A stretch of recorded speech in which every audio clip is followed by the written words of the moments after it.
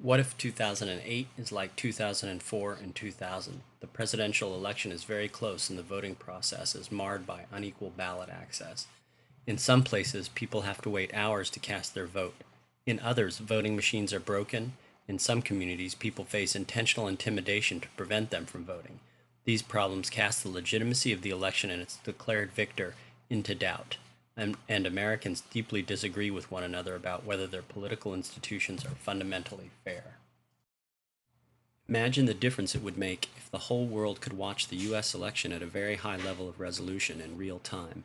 At any time during the day of the election or after it, anyone could look at a weather map of election conditions in the US and tell which states were conditioned green, the polls were open and voting was easy, to states where conditions were red, it would be difficult to vote because the lines were long, polls were closed, machines broken, or voters intimidated, and a range of election conditions in between.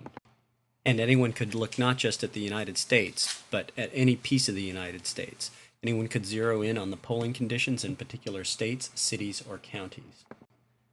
And anyone could view polling conditions at any polling place in the country.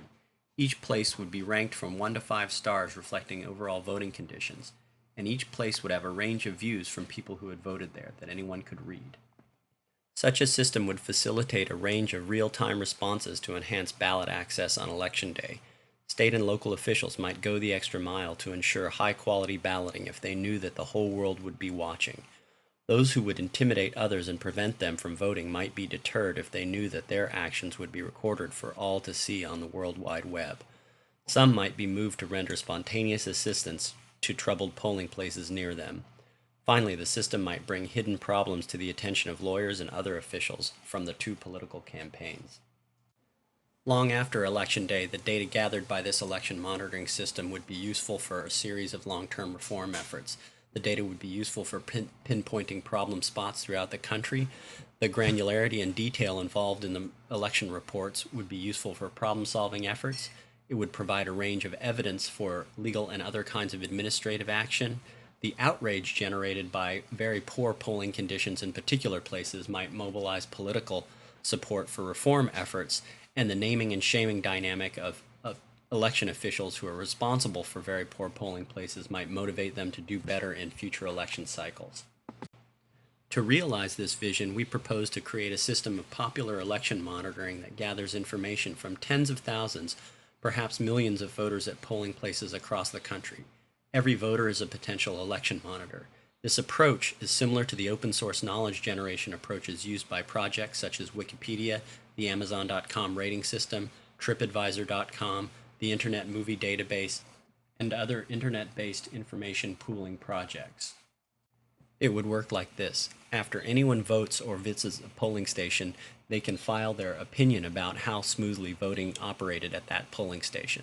They could do that via personal computer at home, via smartphone or cell phone, through wireless access protocol, or through an ordinary telephone through a call center. Those reports would be filed in a centralized polling condition report database. Users would rank their voting experience based on a simple 5-star system, with 5 indicating no problems at all in voting and 1 star indicating very serious or deliberate obstacles that actually prevented many people from voting. In addition to this simple ranking, poll reviewers could also describe their experience and assessments with free text descriptions. They might upload pictures or even upload videos of their polling experience and conditions at the polling place. In order to enhance data integrity without sacrificing participation, those who report would be divided into 2 groups. First, there would be a series of trusted monitors composed of those quasi-professionals who now monitor elections and work for a range of non-governmental organizations.